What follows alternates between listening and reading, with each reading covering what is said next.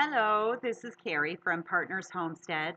We have been challenged by Broussard Homestead, who has the most wonderful elderberry syrup ever, to do a video on our top 10 animals for a homestead. So I will say that we are not predominantly animal focused here at Partners Homestead. We do a lot of gardening, and that's kind of one of the main focuses of our particular homestead. Our whole goal of our homestead is to decrease expenses. So we do everything possible to not have to buy. We'll reuse, we'll cut trees to use for fence posts, that sort of thing. And you might hear a chainsaw in the back. Todd is actually outside cutting all sorts of things down. So, branches and everything that's hanging over in our pastures. So as far as the animals, I can tell you what we have. So we have just regular barnyard chickens. We like the eggs. They tend to be fair weather layers. They're just no breed in particular.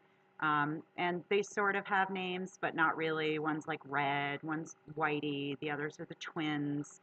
Then we have the peepers. We have 7 total. And we did have an experience where we have a black chicken, and she seems to go broody every year, but we don't have a rooster.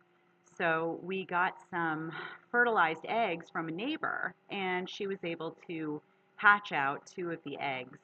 And what we found is rather than integrating new chickens, if we put fertilized eggs under our broody hen, she will raise new chicks, and the other hens accept them much better. So we've kept the number at about 7. That's where we are now, and they're free range, and they have a coop, and they lay in the coop for the most part. We have one peeper that seems to think that it's Easter all the time, and we have to search and find and then float them and all that kind of fun stuff. But basically, our 7 chickens lay enough eggs for just us. We don't sell them or anything. It just eliminates the need to buy them.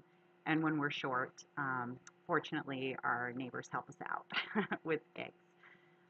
The other fowl that we've had here is we raised meat hens just actually recently, which was pretty exciting. We ordered them from a hatchery, and they arrived. They were these teeny little things. I've never had to keep little baby chicks warm or anything. I didn't know how to do any of that. So we researched it, and our neighbors had done it before, and my husband had some experience with it.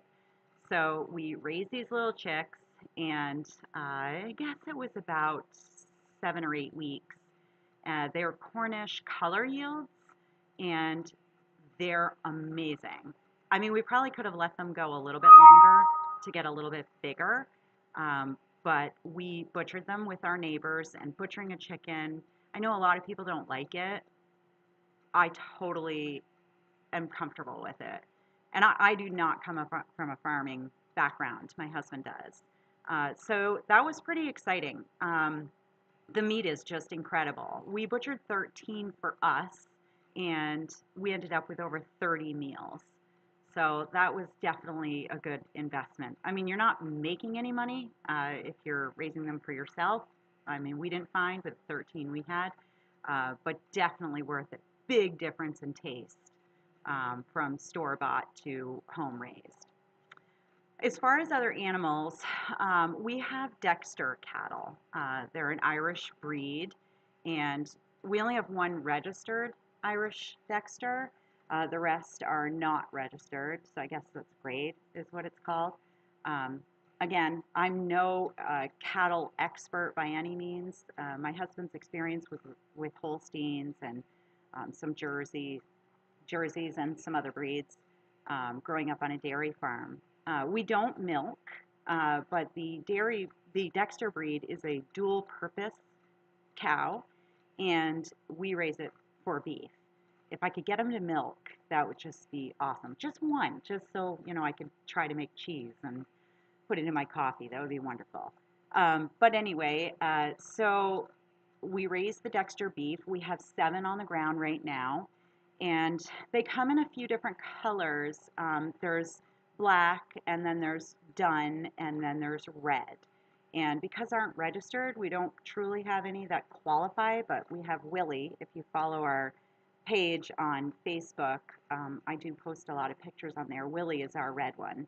He's a big steer. So we have butchered 2 so far, and the meat is tremendous. Um, Amazing. Like we really we were surprised. Our first meal, we both waited and took a bite at the same time and then looked at each other and just said, "Wow, this is why we're doing what we're doing."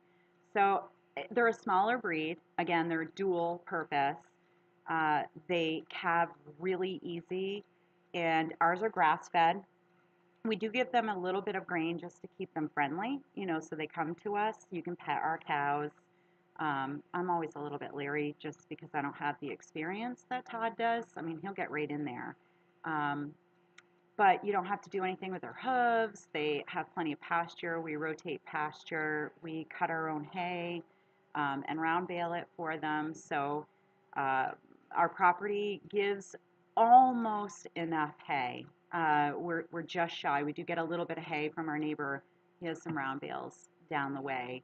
We have 131 acres, but a lot of it is wooded. I think about 30 to 40 acres is open pasture land. So we hay the fields that we don't use for the cows every day.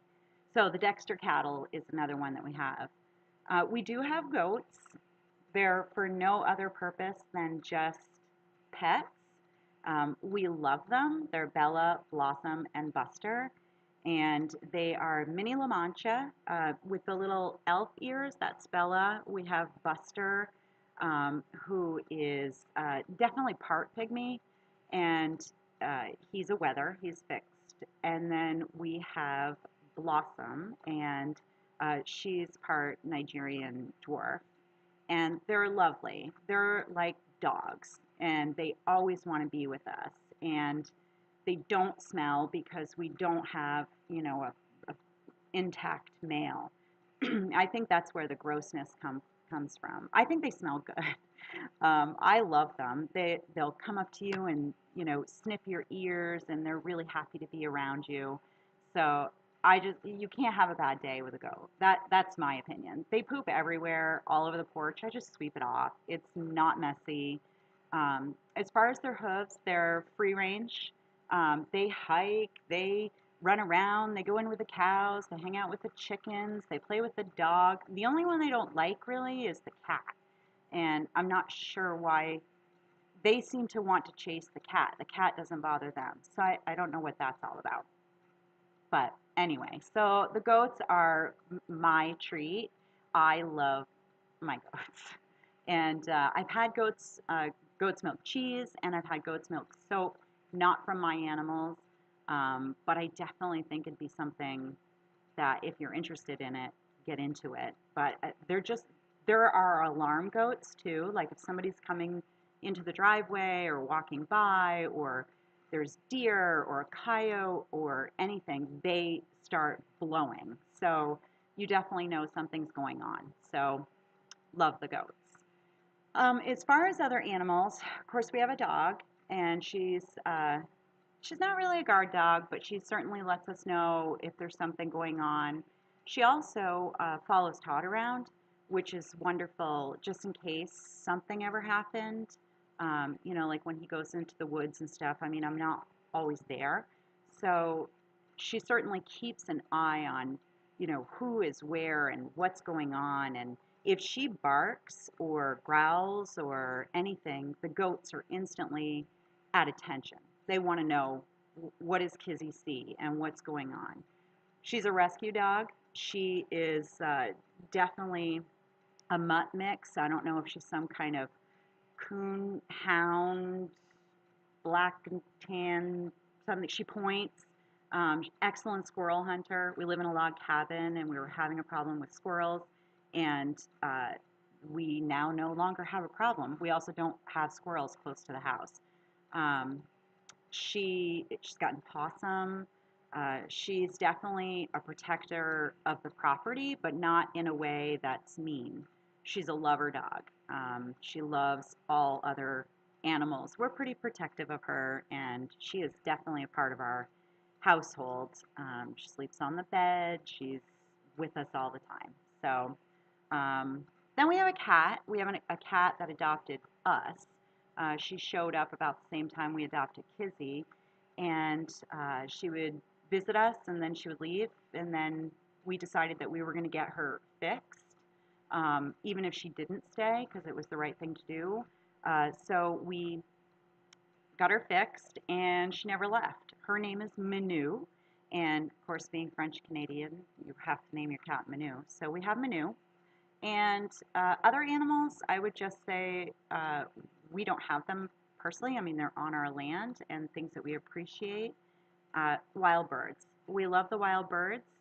Tons of cardinals, tons of finches.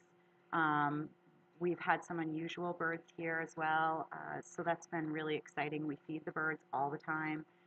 The treat here at Partners Homestead is sunflower seeds. Even the dog tries to eat them, so the birds are really good. We also encourage a lot of bees by planting flowers. Of course, we have wildflowers, but also planting flowers in certain locations and even putting flowers in our garden to bring the bees. And we find that's really helpful, so the bees are an important part. And then the other important part for us before we started butchering beef is the deer. We needed to make sure that the deer wanted to be on our property and didn't feel threatened on our property. We have planted some grasses in the past. We haven't done it recently, but and we haven't done one of those food plots, which we've toyed with.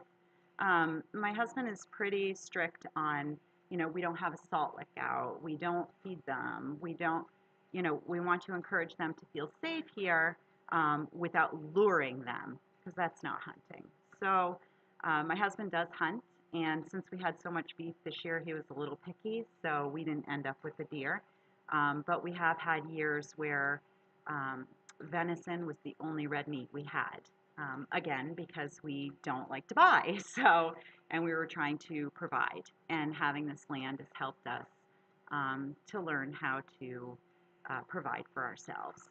So I guess that's my 10 animals. We had the chickens, the meat hens, the Dexter cattle, the dog, the cat, the bees, the deer, and the birds. I hope that's it. But that's what happens here at Partners Homestead. If you have any questions or anything, please feel free. And I have to challenge someone. I don't know if they have a YouTube page, but I want to challenge Brandywine Farm, which is the thinking farmer.